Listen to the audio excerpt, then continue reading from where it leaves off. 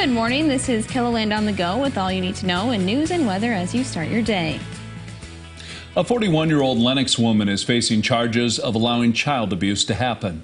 Kristen Larson is charged with knowingly permitting the abuse of a 17-year-old for more than a year. Larson is listed as living at the same address as 45-year-old Daniel Larson, who was charged with 5 counts of child abuse.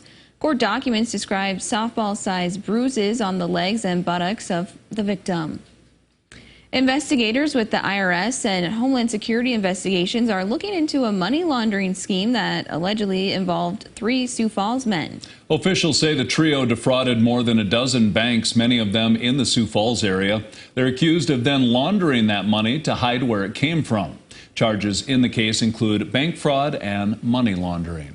If found guilty of both charges, they could face up to 50 years in federal prison. On the same day he was booked in jail on the federal charges, Marvin Williams is also accused of felony possession of marijuana in Lincoln County, which means he had between 1 and 10 pounds of pot. No one was hurt during a fire west of Cadoka. The Cadoka Volunteer Fire Department says it happened just before 7 p.m. Tuesday. Firefighters arriving on scene found an RV engulfed in flames. The fire also spread to nearby grass. The driver and their pet were able to get out of the RV safely. It is a total loss. Turning to weather now with meteorologist Brian Karsten. Seeing some moisture in parts of KELOLAND this morning, Brian. Yes, it is nice to see some rain here, at least across the areas that need it the most. But unfortunately, it's just not going to be enough to move the needle on the drought monitor. But as we look at things here as of 7 this morning, showers east of Rapid City, the trend line there headed up toward Huron and also Watertown. Now, I will tell you that at least so far this morning, we've had between 10 and 20 hundredths in Watertown, and there will be more on the way, and we'll talk about that in your full forecast in just a few minutes. Thank you, Brian. You have a few opportunities this weekend to help Ukrainian refugees fleeing from the war. The first is on Saturday at the Westminster Presbyterian Church in Sioux Falls.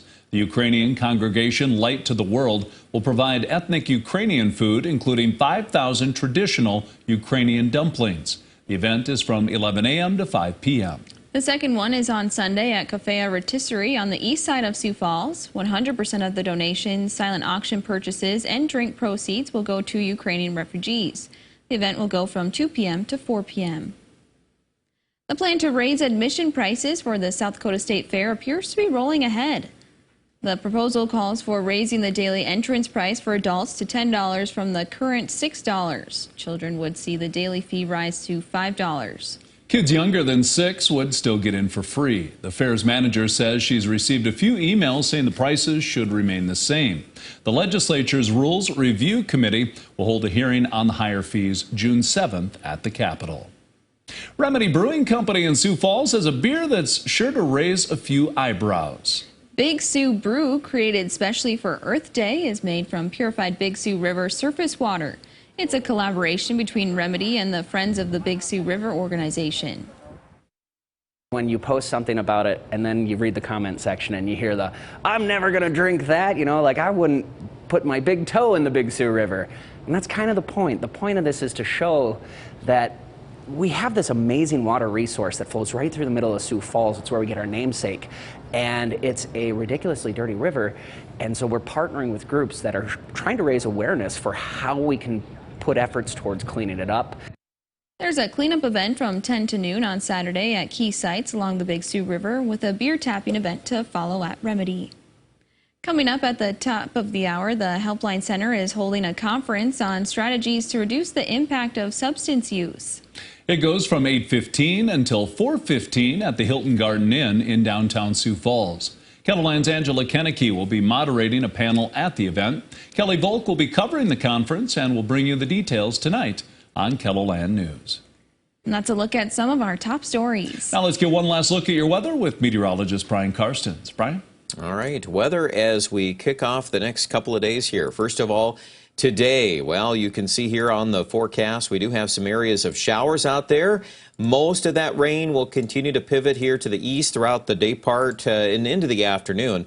As we look at this carefully, though, you'll see Sioux Falls kind of picks up a little more intensity by mid-morning. So that's one thing we'll kind of watch here, see if we can squeeze out some decent downpours for a short segment of time. A lot of that is off into Minnesota past midday, and behind it, clearing skies, much of central and western South Dakota. I do expect tonight lighter winds, 30s for lows for most of us.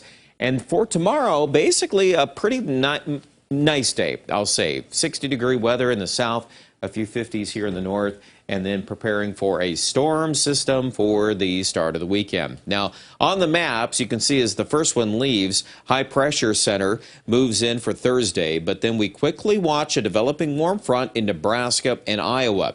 That will be a trigger point for thunderstorms already Friday morning.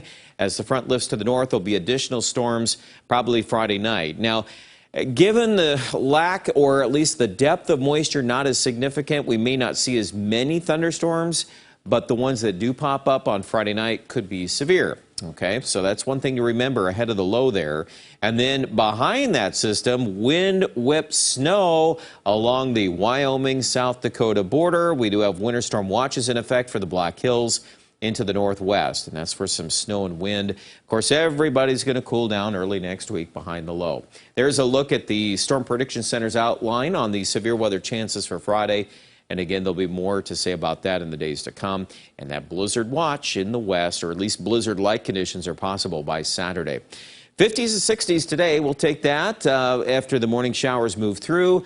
Better chances of scattered rain in Sioux Falls developing Friday into Saturday. Don't forget all of the wind, too. Saturday, it's going to be a lot of wind out of the south and then a lot of wind from the northwest on Sunday. Aberdeen will be in that same thought process here. Temperatures probably warm at least in the mid and upper 60s on Saturday, but then it'll be probably falling numbers throughout the afternoon and evening as that front swings through. Pierre, I would say scattered rain chances developing Friday into Saturday, and then we may wrap up with some wind-cooled showers on Sunday. But just the amount of moisture here, not as much as I'd like to see. I'm not ready to say the exact amounts here, but I will tell you the Black Hills, much better odds that we're going to pick up some good rain and snow, and some areas could get over an inch of water out of that. More coverage with the weather online at KELOLAND.com, and have a great day.